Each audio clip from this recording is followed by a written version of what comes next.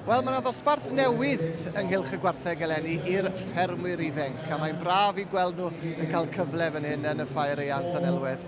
A Dion a Dylan Hughes, i chi yma'n gwmni fi o hyd ar gyfer y dosbarth ola yma, yr heffrod yn cael ei arddangos gan y ffermwyr ifanc, Dion. Y pobl ifanc yn cael cyfle. Ie, yndi, mae dda gweld nhw. Hein ydi dyfodol yn ffair Gaea ni, a dangos anifeiliaid gwych iawn iddi gwir. Yndi, maen nhw'n dair heffer o safon, ydy nhw, Dylan?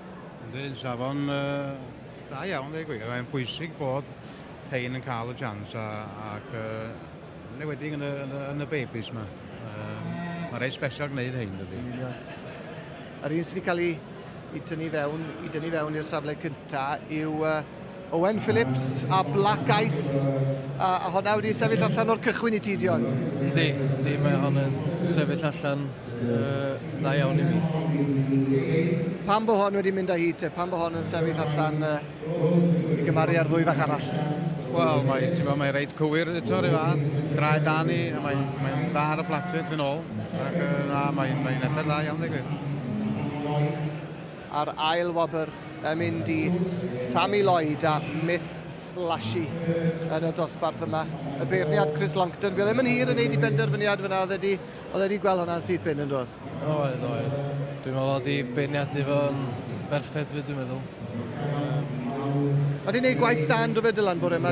O, da iawn. Haid mi ddeud, mae o wedi mynd, a mae'n concentratio, dydy, trwy'r amser arnyn nhw, a ddim yn sbio ar neb yn chdi.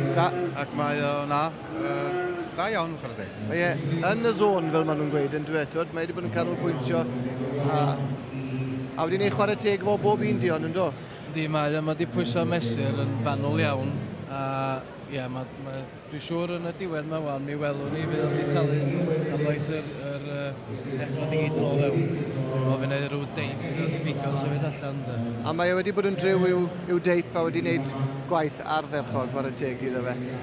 Felly dyna ni, yn ennill y dosbarth yma i'r ffermwyr ifanc Owen Phillips a Black Ice. Llonggorchiadau mawr iawn iddyn nhw.